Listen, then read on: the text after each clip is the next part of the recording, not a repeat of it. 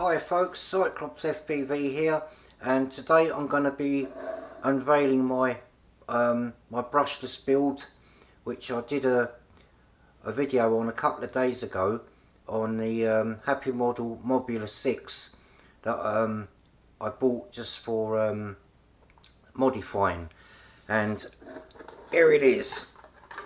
This is what it now is. It's a UAV UR80, something like that, frame with exactly the same gear on it as a MOBULA 6, but as I don't know whether this camera will pick it up, it probably won't, but it's got HAPPYMODEL motors on it. Basically what it is, it's a frame kit that you can use the MOBULA 6 parts, and it's a straight swap. Well, I say it's a straight swap. It wasn't as easy as I thought it was, but there was a certain way I wanted to do it, and I'll go through it in a minute. As you can see, I've got a battery pad on there. I'll show you why in a minute. They use exactly the same gear. They use the Crazy Bee board, the 19,000 kV motors, except on their one it's their own brand, and they use the same camera, Runcam Nano 3. Everything's the same. Now what I had to do, I had to use because the other version, or the version that you can build, comes with a flight board slightly lower down in the frame, so that the motor plugs, now I'll remove this, the motor plugs and the USB connector sit through the frame, which kind of gets in the way of the battery a little bit, and also you get props in shot. So by doing it this way, by adding some standoffs, now I've got a very limited amount of standoffs and screws in that, and what I used was you can use Emax Tiny Hawk ones, they're slightly lower, but these are HAPPYMODEL Mantis 85 standoffs, which I'd spare. The screws are offered Emax Tiny Hawk, but they're motor screws, because otherwise you won't have enough threads to grip the canopy onto the standoff. But I had to mount them upside down, so that the screw comes down at the bottom, and then I had to put a nut at the bottom, because you can't do it from the top, because you have to squeeze the canopy in and thread the screw on, thread the nut onto the screw, which is a lot harder than just mounted the nut, the bolt straight through. It's a lot easier doing it that way. That way as well, you keep the board flat at the bottom for your battery. I had to add the sponge so that obviously the battery doesn't hit the bolts that stick through. I suggest that if you're going to buy the kit, buy the screw kit that you can get as an optional extra, because it will allow you to lower the canopy and not have to do any of these mods. I had to go through a lot of gear to find the right amount of stuff to put on there to clear. I kind of buggered myself up in a way, because I can't get to the USB cable now, the USB port. The USB lead that I have, it's got like a thick outer body, and it hits the screw.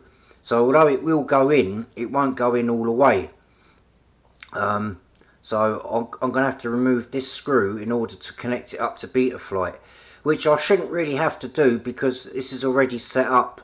I may play around with the PIDs, but I haven't flown this yet. I've only done a sort of quick fly indoors, just to sort of make sure there's no oscillations or drifting or anything like that, and it seemed to fly okay, but I haven't flown it outside yet. So that's going to be done next, and the video is going to be at the end of this video. Apart from that, everything's gone back as standard. I had no trouble with the RSSI, so I've left the antenna where it was, although you can lengthen it by undoing it and then, you know, have it go through the canopy and all that, but I've had no issues with it.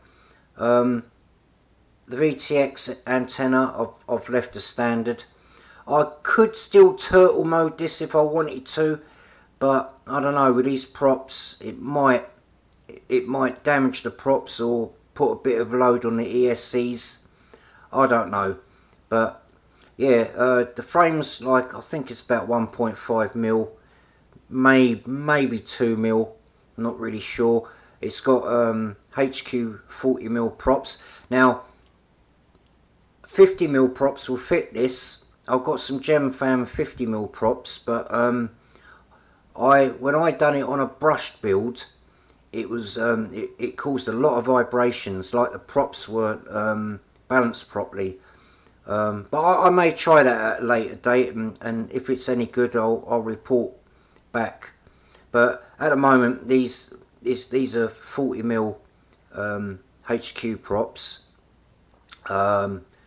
Same as normal. It's got the solid pin connector, so hopefully the flight times will still be 4.5 minutes, because these props will be much more efficient in this size.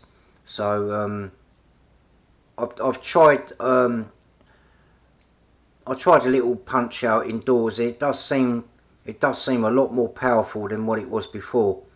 So yeah, hopefully it'd be okay. I don't know what it's going to be like in regards to how strong the frame's going to be, but it's got these slight motor protectors here. But again, you know, depends how you come down, whether it'll bash into the ground and bend the motor bell or whatever. I don't know. Time will tell, I guess. But yeah, other than that, it seems okay. The camera angle seemed okay for what it was, and I didn't seem to have any props in shot because of the higher ride height of everything. And obviously you don't want the flight board hitting the carbon, because you know, that will cause all sorts of problems. So I wanted it well clear. I may have gone too high on it. I mean, I wanted it as low profile as possible, but unfortunately this canopy is a bit on the tall side. I suppose it's good in a way, because if you crash and you land upside down, you know, the props won't be spinning so much to burn out an ESC. You know, you've got a bit of clearance, you know, quite a lot of clearance there. So no, I've got no problems really with a canopy. If I break it, then it gives me an excuse to fit a lower profile one, but at the moment I'm not too bothered. I'm more concerned about the flight characteristics and the flight times and everything, and see how efficient it is compared to what it was. But yeah, that's my first brushless build. Very easy to do. It's got to fly better than the Mobula 6. I wasn't that impressed with the way it handled. I mean, don't get me wrong, it was quick and everything, and the you know, the throttle punch outs were great, you know, the thrust and everything, but I don't know.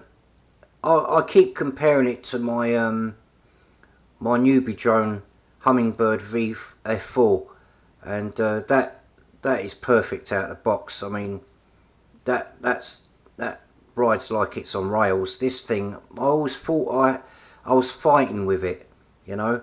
But anyway, yeah, I mean, the whole intention of buying it was to do this. So we'll see.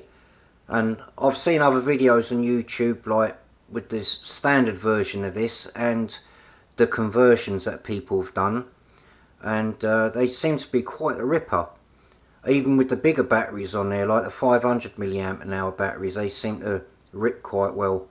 Obviously I've got to check to see if the motors are cool and everything, you know, in regards to the tune and everything. But 40 mil props are okay for 0802 motors. So I wouldn't advise this on a 25,000 kV, it'd be too much. But on the 19,000 kV, as I said, they've already brought out the model which is exactly the same as this, running the same gear and the same motors, just a different branded name, that's all. So this should work out quite well. It seems to be so far. I mounted my props as low as I can to the motors, so I've got a slight sticking up motor shaft, but you know, better than them being too high and then fly off as soon as you hit something. Yeah, so videos at the end of the flight videos at the end of this video. Go watch it, see what you think, and I'll do running commentary and you know, explain what's going on and everything, and whether it needs any work doing to it. But anyway, there you go. Thanks for watching, guys. Catch you later. Bye. Okay, folks, so this is my flight demo. Two things I noticed straight away. When I throttle up, I seem to be getting a bit of video noise, so that's telling me that I'm getting a little bit of video noise coming from either vibration or something quite ain't right. It wasn't doing it before, so I know it's not an unbalanced motor. It could be something to do with a prop or RPM filtering or something like that, but I'm going to put it down to the dampening of the flight board. Now, have you noticed, there you go, look, I've done a nice smooth tree dive. I'll do split S in a minute, which is where I usually get a really bad yaw washout. I didn't get any of that. It was really punchy on the throttle. It was quite on the low end throttle as well. It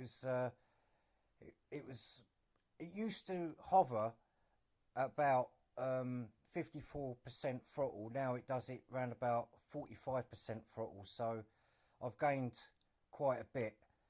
The other little thing is it's cost me in battery life. I've lost about maybe 40 seconds, so I can only rip for so much, and then I've got to kind of like calm it all down. See, look at that, that was smooth. I usually really would have got a bad wobble there, but you got to remember, I'm flying these on the stock batteries, which are only rated at 30 to 60 C, and they're only 300 milliamp an hour. So I've got much better batteries that will cope with a higher C rating, which I haven't tried yet. I took 4 of these batteries with me, and this was my first flight. So you're actually watching a maiden on this setup. But yeah, with better batteries, I could probably get a little bit more flight time. So it's cost me at, but the trade-off was worth it, I think. It's just the camera that's a little bit irritating. I shouldn't have got those lines. And if you notice, as soon as I go up on the throttle, that's where it kicks in. So I don't know, it could be vibration. I don't know. I'm going to have a look at that anyway. The gummies on the flight board are pressed down pretty much to their squashed level. So it could be something to do with that. But as I said, I only had a certain length screws to tie it all down with. So it was a trade-off, you know. But yeah, it's flying beautiful, really good. It's got so much power for what it is, and this conversion's definitely been worth it. I wasn't expecting this, you know, the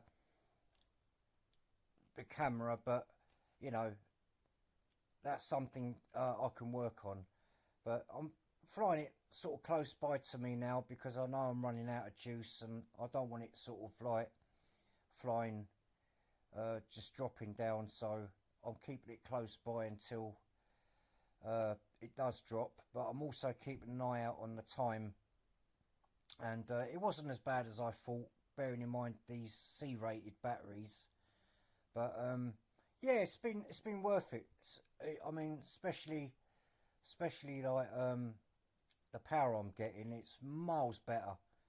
Just a couple of little niggles to sort out, It's going to come up with land now, so that's what I'll be doing. But the battery was nowhere near what it said anyway. But anyway, thanks for watching, guys. I'll catch you in the next one. Bye.